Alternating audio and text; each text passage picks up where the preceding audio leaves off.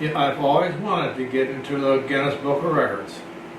So I thought about what can I make. So I got on the internet, and it's always been intrigued me to build a wind chime, a big one. I got on the internet, and sure enough, somebody in southern Illinois built a big one, and I can't go that big. So I said, what else could I make? How about a teeter totter? Now that's where it took me about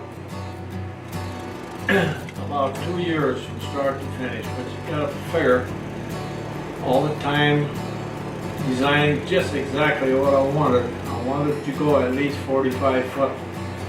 But see, our teeter totter is the plank, that's the long pipe, that is 123 foot 1 inch,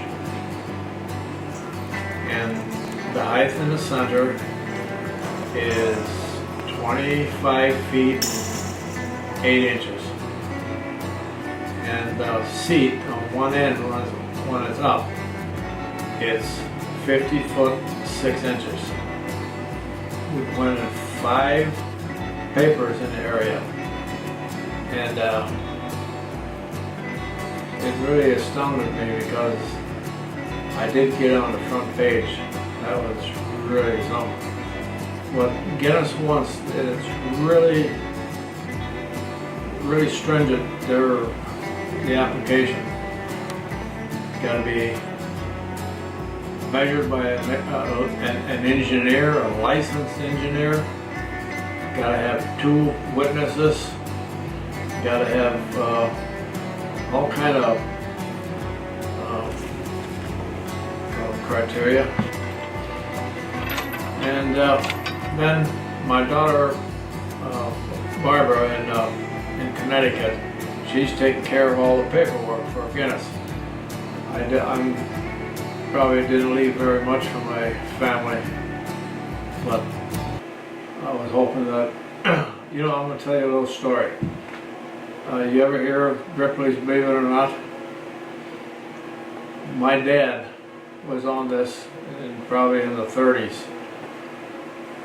and it was just a little newspaper clipping. And for years and years, I enjoyed showing it to my friends, and that he retired 21 batters in a 7-inning game, and it was it was a farm league, not in the big leagues. It was a farm league, but this was something that's a legacy that he left, and that's what I